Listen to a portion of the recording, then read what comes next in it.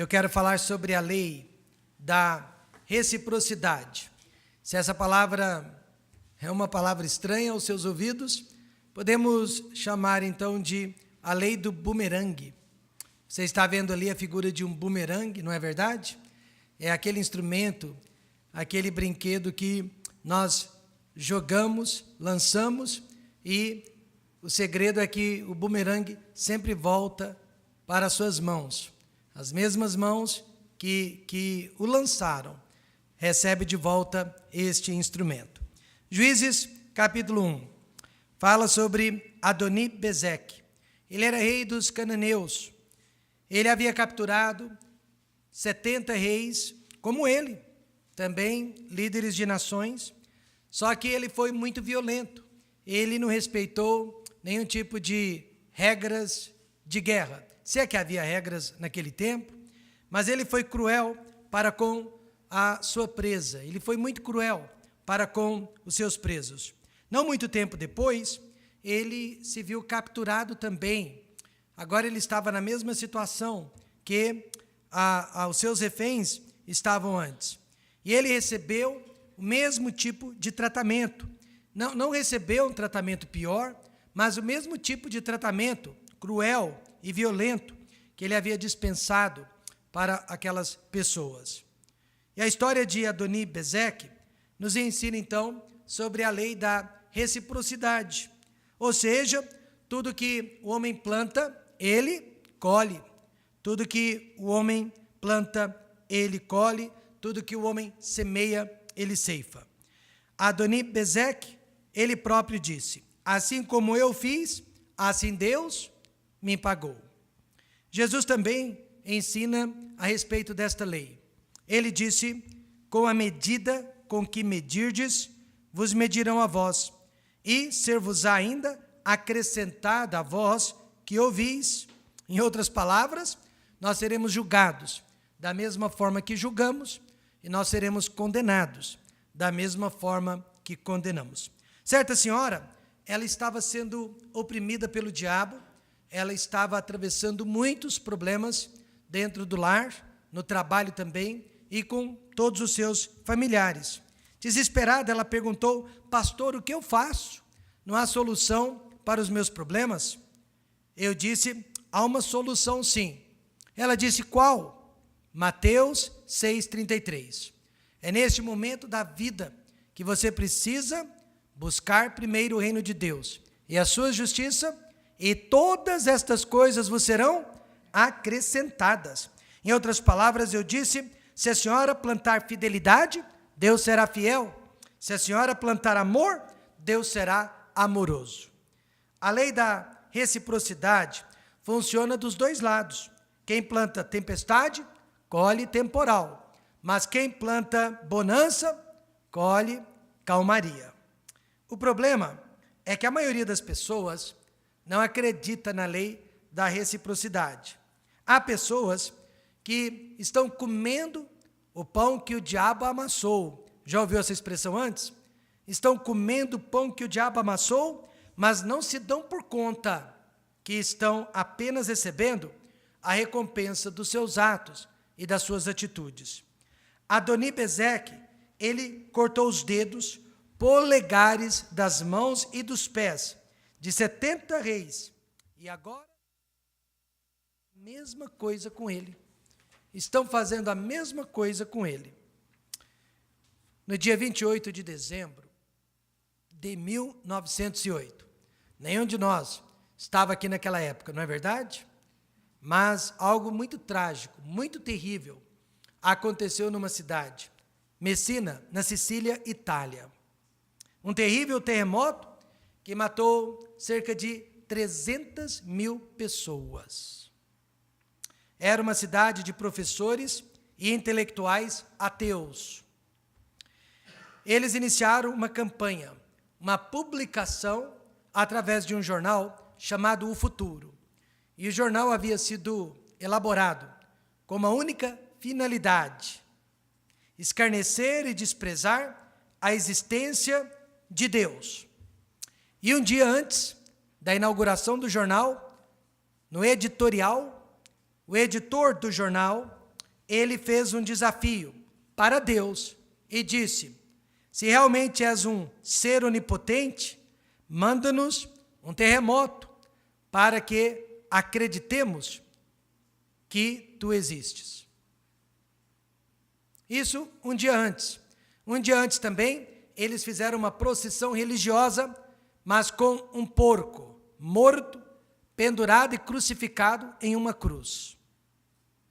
Algumas horas depois, ocorreu um dos mais violentos terremotos que já abalou a terra, matando mais de 300.000 pessoas. A Bíblia nos ensina 3 lições sobre a lei da reciprocidade. E eu quero compartilhá-las com você nesta noite. Em primeiro lugar, a vida do homem não pode escapar do julgamento de Deus. E não escapa mesmo. Hebreus 9:27 diz: e como aos homens está ordenado morrerem uma vez, vindo depois disso o juízo. Muitos de nós até conseguimos escapar à justiça humana, burlando a lei ou contratando os melhores advogados, mas ninguém escapará do julgamento de Deus. Quando criança, eu sempre ouvi o meu pastor dizendo que o inferno do crente é aqui mesmo na terra, mas o inferno do descrente ainda há de vir. O que ele queria dizer com isso? Tudo que o crente faz, o crente salvo, tudo que ele faz de errado, ele acaba colhendo aqui mesmo sobre a terra. Mas o descrente nem imagina o que lhe espera dentro da eternidade. O julgamento do crente salvo ocorreu há cerca de 2000 anos, na cruz do Calvário, quando Jesus Cristo pagou pelos meus, pelos seus, pelos nossos pecados. Isaías 53, verso 6 diz: todos nós andávamos desgarrados como ovelhas, cada um se desviava pelo seu caminho, mas o Senhor fez cair sobre ele a iniquidade de nós todos. Portanto, os meus e os seus pecados já foram lavados, porque já foram julgados na pessoa de Cristo, na cruz do Calvário. Na eternidade, então, eu, salvo em Cristo, não serei mais julgado pelos meus pecados. Mas aqui neste mundo, eu posso muito bem sofrer as consequências dos meus erros. Eu posso muito bem colher as atitudes e ações que eu tenho plantado. Quantos estão entendendo isso? Quando Tim McVeigh, terrorista norte-americano, foi capturado e acusado pela explosão do prédio federal que ficava na cidade de Oklahoma, nesta explosão, ele matou centenas de pessoas e a maioria delas criancinhas que estavam na creche.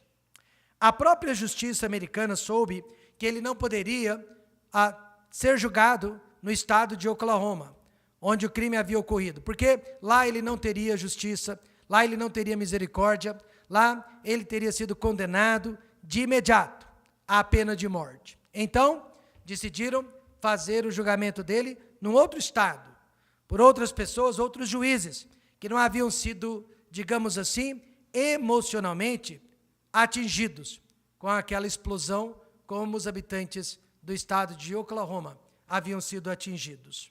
Então os homens estavam preocupados em ser misericordiosos com este terrorista. Mas no julgamento da cruz do Calvário, irmãos, quando Jesus Cristo morreu por mim e por você, nós éramos todos culpados.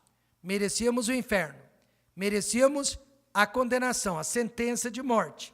Mas aquele julgamento foi um julgamento de misericórdia. Foi um julgamento de salvação. Foi um julgamento de perdão. Mas o próximo julgamento, que virá após a morte dos homens, já não será de misericórdia, será de juízo. Já não será mais de perdão, mas de condenação. O nosso julgamento é aqui na terra. Hebreus 12:6 diz: porque o Senhor corrige o que ama, e açoita qualquer que recebe por filho. Mas se estáis sem disciplina, da qual todos são feitos participantes, sois então bastardos e não filhos. Deus me ama, Deus te ama, e Ele vai nos corrigir. Amém, irmãos? E a nossa correção é aqui na terra. 2 homens foram pegos roubando uma joalheria. Um deles era advogado formado, credenciado pela OAB. O outro era um faxineiro. Os dois haviam cometido o mesmo crime, mas o advogado recebeu uma sentença maior. Foi condenado a 10 anos de prisão, enquanto que o faxineiro foi condenado a 3 anos. E o juiz explicou. Ele disse: o advogado conhece a lei, o advogado tem mais responsabilidade que o faxineiro, por isso recebeu sentença maior. E assim também o crente tem mais responsabilidade, porque o crente conhece a palavra de Deus, porque o crente é habitado pelo Espírito Santo. Por isso, neste mundo, o crente sofre mais que o descrente. O crente tem mais desapontamentos, o crente tem mais dificuldades, porque o nosso inferno é realmente aqui na terra. Nós temos mais lutas, pois nós conhecemos melhor a palavra e o plano de Deus. A vida do homem não vai escapar do julgamento de Deus. O crente aqui mesmo na terra e o descrente um dia na eternidade. Por isso o homem pode até negar a existência do julgamento, mas não pode escapar dele, não pode escapar das suas consequências. Essa é a lei da reciprocidade.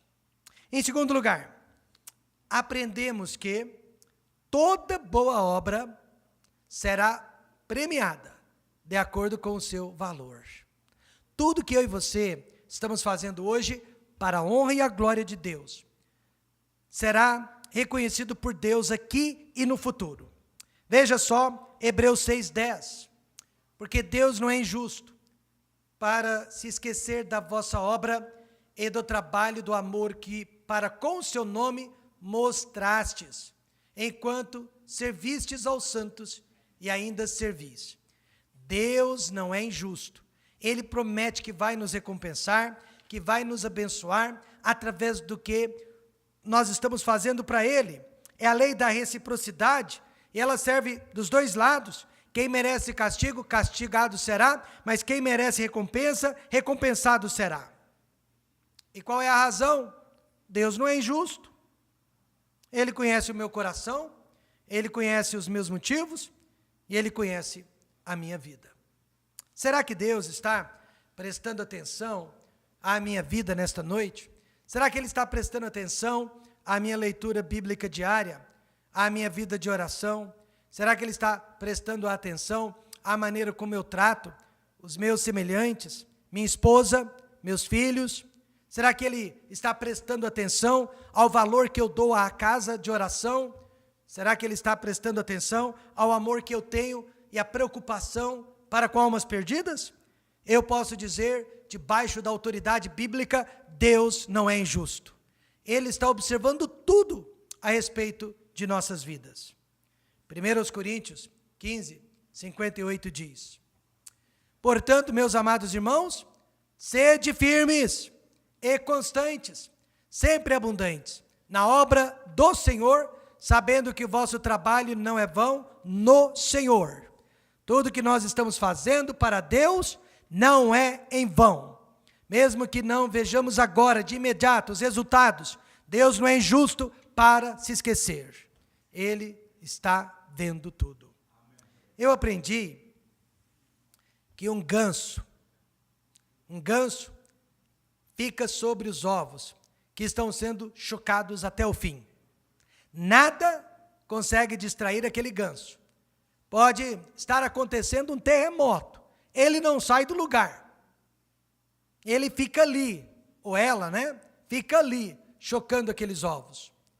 Mas depois que 3 ou 4 gansinhos conseguem quebrar os ovos e saírem dos ovos, aquela mãe ganso se esquece dos outros ovos que ainda não foram quebrados e vai embora com os 3 ou 4 gansinhos.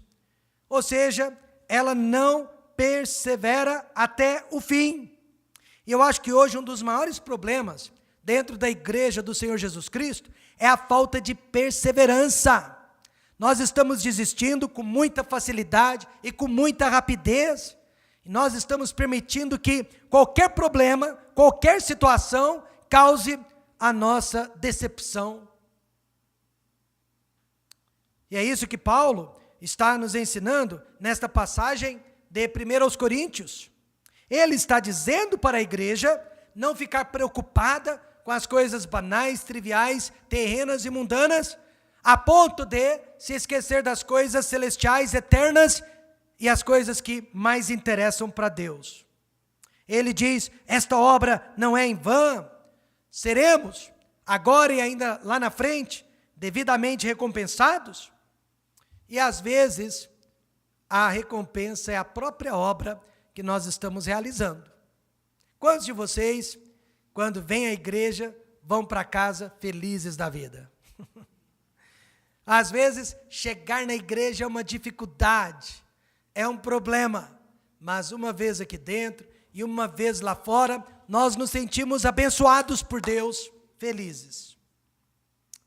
Alguns anos atrás, dona Raquel se lembra disso?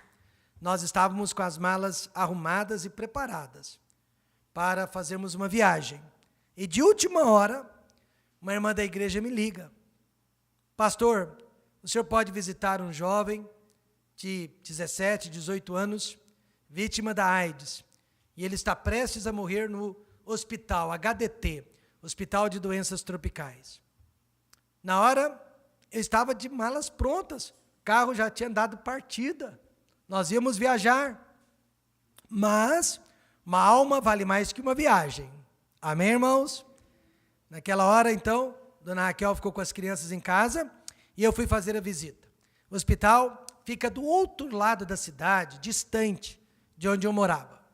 Cheguei lá e as enfermeiras não me deixaram me aproximar muito do rapaz, porque ele já estava em estado terminal e com muitas secreções. Mas eu pude chegar perto o suficiente para falar do amor de Deus, para falar do sangue de Jesus Cristo. E ele aceitou a Cristo como Salvador. E eu fiquei tão feliz que eu saí daquele quarto e fui para um outro, onde havia 2 outras vítimas também da AIDS. Agora eu já podia chegar mais perto. E aquelas 2 vítimas também receberam Jesus Cristo como Salvador. Eu fui embora para casa feliz da vida, satisfeito com a obra que eu havia realizado. Às vezes, irmãos, a recompensa é a própria obra em si. É o fato de estar agradando a Deus. É o fato de estar servindo a Deus. É o fato de saber que Deus está sorrindo para você. Amém, irmãos? Deus não precisa nos dar saúde, nem dinheiro. Só o fato dele estar feliz conosco já nos agrada bastante. Nós, às vezes, não queremos vir à igreja, não queremos orar, não queremos ler a Bíblia, não queremos visitar, mas quando conseguimos realizar essas obras, nós nos sentimos felizes. Vamos ler por completo a passagem de Efésios 2. Às vezes a gente lê só os versos 8 e 9, mas tem o verso 10 também. E lá nós lemos. Vamos todos ler juntos? Estamos aqui no projetor. Todos juntos comigo? Porque pela graça sois salvos, por meio da fé, e isto não vem de vós, é dom de Deus, não vem das obras, para que ninguém se glorie. Pare. Todo mundo concorda. Salvação é pela graça. Amém, irmãos? Não vem do que eu faço, para que eu não me glorie. Mas, irmãos, boas obras são importantes. Veja agora o versículo 10. Leiam comigo. Porque somos feitura sua, criados em Cristo Jesus para as boas obras, as quais Deus preparou para que andássemos. Vamos praticar boas obras, glorificar a Deus através delas, e nunca nos cansarmos de fazer o bem, de fazer o certo. Se Adoni-Bezeque tivesse sido piedoso com aqueles 70 homens, agora ele estaria recebendo misericórdia. Mas não foi o que aconteceu. Ele disse, assim como eu fiz, assim Deus me pagou. Quando eu saí de Ribeirão Preto, fui estudar nos Estados Unidos, eu tinha 22 anos, 23 anos de idade, e o pai desse moço aqui que era um dos meus pastores, pastor de jovens, foi na minha casa. Ele foi levar, eu nunca me esqueço, ele foi levar $20. E ele disse assim para mim: Rômulo, Deus irá lhe abençoar no ministério. E eu olhei para ele e perguntei: mas como que o senhor sabe disso, pastor Daniel? E ele disse: porque você sempre foi obediente a nós, mesmo não concordando, você nunca foi rebelde, e você sempre nos obedeceu, você sempre aceitou a nossa autoridade. Deus irá lhe abençoar no ministério por causa disso. Irmãos e irmãs, Deus tem me abençoado. Que profecia do pastor Daniel Johnson. Mal sabia ele que eu seria abençoado com a própria presença do filho dele no nosso ministério. Não é verdade? Então, é a lei da reciprocidade, é a lei do bumerangue, funcionando na vida de todos nós. Então, nós vimos que a vida do homem não pode escapar do julgamento e que toda boa obra será honrada de acordo com o seu valor. E agora, em terceiro e último lugar, ainda que a justiça delongue, ela virá no tempo certo. Veja, 2 Pedro 2:3 diz: sobre os quais já de largo tempo não será tardia a sentença, e a sua perdição não dormita. Adoni-Bezeque descobriu que a justiça de Deus pode tardar, mas nunca falha. E esse é um dos maiores problemas dos homens hoje em dia. Geralmente Deus não pune os nossos pecados imediatamente. Geralmente Deus não pune os nossos pecados na mesma hora que o cometemos, porque Deus, ele nos dá tempo de arrependimento. Ele nos dá tempo de transformação. A Bíblia diz, ele é tardio em irar-se. Então nós pensamos que ele não se importa com os nossos pecados. Ele não se importa com o que nós estamos fazendo. Achamos que ele ignora os nossos erros. Ele faz vista grossa aos nossos pecados e assim nós passamos a sentir uma falsa segurança. Quantos estão entendendo isso? Ele não pune de imediato, então ele está fazendo vista grossa. Mas veja o que Eclesiastes 8:11 diz. Diz assim: porquanto não se executa logo o juízo sobre a má obra, por isso o coração dos filhos dos homens está inteiramente disposto para fazer o mal. Vou dar um exemplo.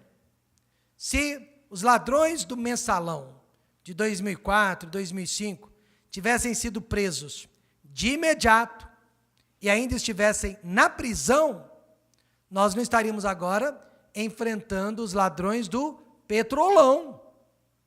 Então, o que faz a injustiça e a criminalidade, se proliferar, é a falta de juízo, é a falta de punição, é a falta de julgamento. Mas isso acontece com a igreja também. Olha, eu comecei a faltar da igreja e nada está me acontecendo. Na verdade, eu estou até melhor, usando o meu tempo melhor para as outras coisas. Olha, eu não leio a Bíblia, eu não falo de Cristo, eu não oro e a minha vida está de vento em popa. Olha, eu estou praticando sexo livre, ilícito, e até hoje não peguei nenhuma doença sexualmente transmissível, e assim por diante. E aí o homem passa a sentir uma falsa segurança. Mas o crente tem que ter cuidado. Eu li recentemente que o crente que está brincando com o pecado, constantemente brincando com o pecado, ele é comparado a um pedaço de madeira que flutua sobre as águas do rio, sem ficar muito molhado. Mas com o tempo, a água penetra a madeira, que fica encharcada, e com o peso, ela afunda até ao imo do rio, ou seja, o lugar mais profundo do rio. E assim também é o crente, que gasta tempo e mais tempo brincando com o pecado e pecando sempre contra Deus. Uma hora ele vai afundar, e vai afundar aonde jamais desejaria estar. Então veja, ainda que a justiça delongue, ela virá no tempo certo. Então existe só uma maneira de se escapar do acerto de contas com Deus: arrependimento, mudança de atitude e de direção. Então, para o crente salvo, mas que está pecando contra Deus, Deus diz, em 2 Crônicas 7,14, e se o meu povo, que se chama pelo meu nome, se humilhar e orar e buscar a minha face, e se converter dos seus maus caminhos, então eu ouvirei dos céus, perdoarei os seus pecados e sararei a sua terra. Nós temos que humilhar, nós temos que buscar, nós temos que abandonar o pecado. Para o descrente, aquele que ainda não é salvo, Deus diz, deixe o ímpio. Veja, Isaías 55:7. Deixe o ímpio o seu caminho, e o homem maligno seus pensamentos, e se converta ao Senhor, que se compadecerá dele. Torne para o nosso Deus, porque grandioso é em perdoar. Note, tanto para o crente quanto para o descrente, a solução é a mesma: arrependimento. Mudança de direção, mudança de vida. E esta é a lei da reciprocidade. Se você se arrepender dos seus pecados, Deus se arrepende da justiça que ele iria aplicar contra os seus pecados. Deus se arrepende? Sim. Toda vez que esta palavra, arrependimento, é usada em relação a Deus, não significa que ele fez algo errado e se arrependeu disso. Deus não erra. Por exemplo, e arrependeu-se Deus de ter feito o homem. Não significa que Deus se arrependeu de ter criado Adão e Eva, mas a palavra arrepender em relação a Deus significa Deus vai desistir de fazer algo que ele havia planejado. Ele havia planejado nos julgar, nos castigar, mas o nosso arrependimento faz Deus mudar de ideia. Amém, irmãos? É isso que arrependimento significa da parte de Deus. Terminando, a lei da reciprocidade nos ensina 3 lições. A primeira delas, a vida do homem jamais pode escapar do julgamento de Deus. Toda boa obra será recompensada de acordo com o seu valor. E ainda que a justiça demore, virá no tempo certo. Mas a maioria de nós, até crentes, não acredita no julgamento, não acredita na lei da reciprocidade. Porque se acreditássemos mesmo, nossas atitudes seriam mudadas. Nós seríamos diferentes do que somos. Agora eu pergunto, depois de ouvir tudo isso, será que não podemos passar a acreditar na palavra de Deus? A palavra de Deus diz, não erreis, Deus não se deixa escarnecer, porque tudo aquilo que o homem semear, isso também ceifará. Podemos acreditar? A Bíblia diz, horrenda coisa é cair nas mãos de um Deus vivo, mas ela também diz, bem-aventurado aquele que teme ao Senhor e que anda nos seus caminhos. Eu quero propor nesta noite, Deus, Ele tem bênçãos reservadas para nós. Como igreja, com certeza.